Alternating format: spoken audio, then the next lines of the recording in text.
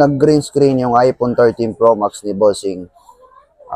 Ito may tanggap tayo na iPhone 13 Pro Max, color Sierra Blue, green screen issue. Walang katapusan ng green screen issue na nagpasakit sa mga naka-iPhone 13 Pro Max or 13 Pro.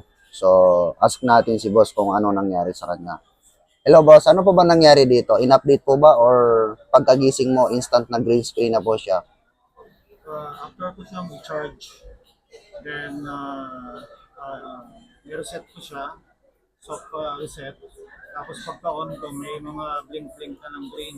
Nagpapakita na siya, nagbibigay na siya ng warning. Na ng green. Oo. Sabi ko na parang ito na ata yung Common issue ng 13 Pro Max, no? nakikita ko sa online. Sabi ko, pero sana wag naman kasi bumabalik-balik na siya sa dati. Oo. Na, Sikat na to ganitong issue eh. So, ito guys, gagawin po natin to na hindi papalitan ng LCD kasi pagpapalitan ng LCD to, napakamahal ng LCD or yung OLED display ng iPhone 13 Pro Max.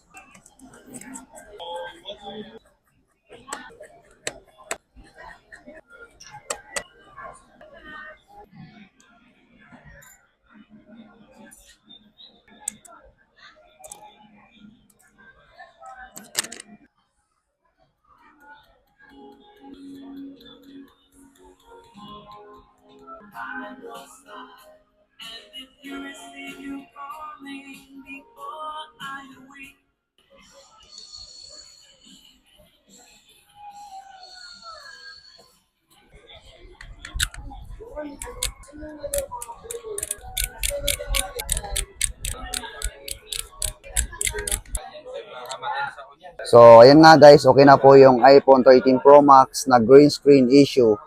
So, nakita tayo ni Sir sa ating munting TikTok. So, maraming salamat po Sir sa pagsuporta kay Cellphone Repair TV at saka pagpunta dito sa aming shop. So, kung gusto niyo magpagawa sa amin, mag-PM lang po kayo sa aming FB page or sa TikTok, Cellphone Repair TV. Huwag niyo rin po kalimutan mag-like and follow. Maraming salamat po and God bless.